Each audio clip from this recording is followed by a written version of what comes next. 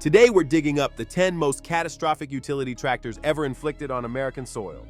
These legends of breakdown that rusted faster than they plowed and transformed your farm into a scrapyard. Machines so unreliable that farmers left them in fields, preferring to use them as scarecrows rather than agricultural equipment.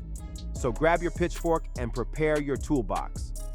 The John Deere 55.5E. Introduced in the 21st century, this tractor was powered by a 2.9-liter, 3-cylinder PowerTech engine, developing about 55 horsepower. Farmers expected the legendary reliability associated with the John Deere brand. After all, the company had built its reputation on robust and durable machines. But quickly, stories of endless electrical problems began to circulate. Fuel gauges regularly gave false readings, while dashboard warning lights flickered like a haunted house. Many farmers found themselves stranded in the middle of a field because the tractor simply refused to start for no apparent reason, only to work perfectly a few hours later. To make matters worse, the 55.E had a reputation for being underpowered when hitched to heavier tools, turning what should have been a one-hour job into a days-long struggle. The White 2105. The White 2105, introduced in the mid-1970s, was powered by a 354 cubic inch Perkins diesel engine, developing about 105 horsepower at the PTO. The semi-power shift transmission was so complex that the average farmer struggled to maintain it without specialized tools or knowledge. Frequent shifting between ranges led to excessive wear, forcing owners to perform costly rebuilds prematurely. The hydraulic system added to the problems. Leaks were frequent, and the pump capacity often proved insufficient when using demanding implements like front loaders. The cab did little to dampen engine noise and vibration, making the experience deafening during prolonged work. Over the years, the White 2105 gained its reputation as one of the worst disappointments in its category. The JCB Fastrack 2155, powered by a 6-cylinder Perkins engine, developing about 150 horsepower. It promised to handle field tasks and travel roads at speeds far superior to traditional tractors. The complex suspension system that made it a dream on roads turned into a maintenance nightmare in the fields. Oil leaks in the suspension cylinders were frequent and specialized parts difficult to find. The weight distribution made it front-heavy. As soon as you took it off-road, particularly on hilly terrain, you could feel the front end dive or slide at the worst possible moments. The electronic systems were another major weakness. If a sensor failed, mechanics would scratch their heads trying to diagnose incomprehensible error codes. The International Harvester 656. The mid-1960s IH-656 was powered by either a 263 cubic inch gasoline engine or a 282 cubic inch diesel, offering about 60 horsepower at the drawbar. The torque amplifier or TA system frequently broke down. Owners joked that TA stood for troubles always. The engine compartment was narrow, requiring the flexibility of a contortionist to reach certain areas during maintenance. Oil leaks around the main rear seal were notorious, sometimes causing serious friction problems in the clutch. Radiators tended to accumulate debris like magnets, causing frequent overheating problems. The Minneapolis Moline G1355. The G1355, introduced in the early 1970s, was equipped with an impressive 585 cubic inch 6-cylinder diesel engine, delivering about 135 horsepower at the PTO. Its imposing diesel engine had an unfortunate tendency to overheat under load, particularly if the cooling system wasn't meticulously maintained. Cylinder heads were prone to cracking, resulting in lengthy and extremely costly repairs. The transmission used a 3-speed shifting system that seemed innovative, but proved notoriously delicate. If the tractor was pushed too intensely for prolonged periods, you risked seriously damaging internal components. The G1355 sported an elevated operator platform that constantly vibrated. The steering sometimes lost its power assist, forcing the driver to wrestle with the wheel as if piloting a pre-war relic. The Oliver 1755.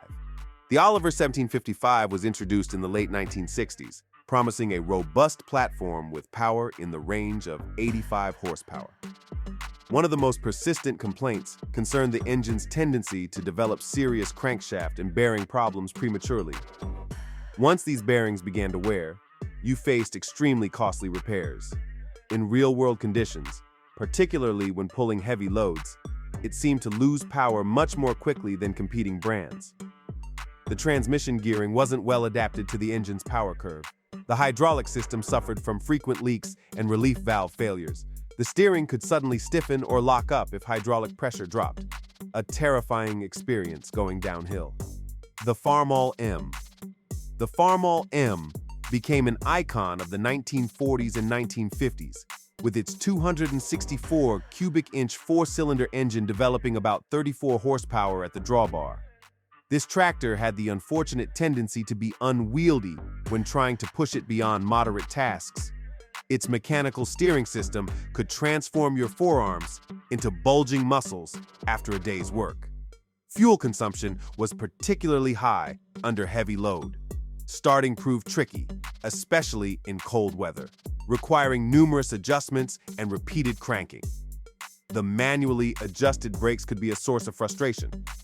If you neglected their adjustment, your braking power dangerously diminished, leading to anxious moments on slopes. The Ford Adan. The Ford Adan debuted in 1947 with its 4-speed transmission and 3-point hitch system that was revolutionary for its time. This small tractor tended to get stuck in fields when the soil was even slightly wet. The standard rear tires often proved inadequate for heavier work. The L-head engine design was simple, but owners complained of constant overheating. Radiators easily clogged with dirt, and the fan belt tended to slip. The front-mounted distributor had the strange ability to let water in on wet days, completely disrupting the ignition system. The Belarus 510, imported from the former Soviet Union, this tractor promised raw power of 57 horsepower from its 4.9-liter four-cylinder diesel engine, and an incredibly low price. Finding parts and service for a Belarus 510 was comparable to looking for a needle in a haystack. Add to that cryptic operating manuals that seemed to have lost much in translation. Gear shifting was notoriously stiff, sometimes requiring considerable force to move from one gear to another. Clutch adjustments were complex, and the hydraulics had an unfortunate tendency to leak at the most inopportune moments.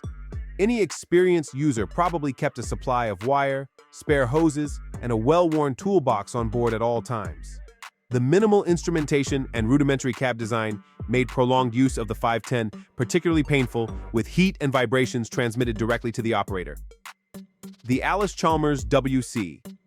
The Allis Chalmers WC from the 1930s-1940s was equipped with a 201 cubic inch four-cylinder engine capable of producing about 22 horsepower at the drawbar. Its narrow front design proved dangerously unstable on slopes or uneven terrain. Drivers struggled with the steering wheel simply to maintain a straight path. The magneto ignition system required frequent adjustments. In dusty weather, it could misfire, turning a quiet plowing day into a mechanical headache. Maintenance was complicated by the limited availability of parts in some regions.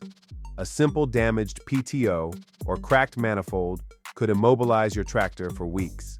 The seating arrangement eventually caused back pain due to poor shock absorption and the tractor's tendency to bounce on rough terrain. These tractors remind us that not all brilliant innovations can avoid being commercial failures. But thanks to these machines, we can measure all the progress made to ensure the safety and comfort of agricultural operators.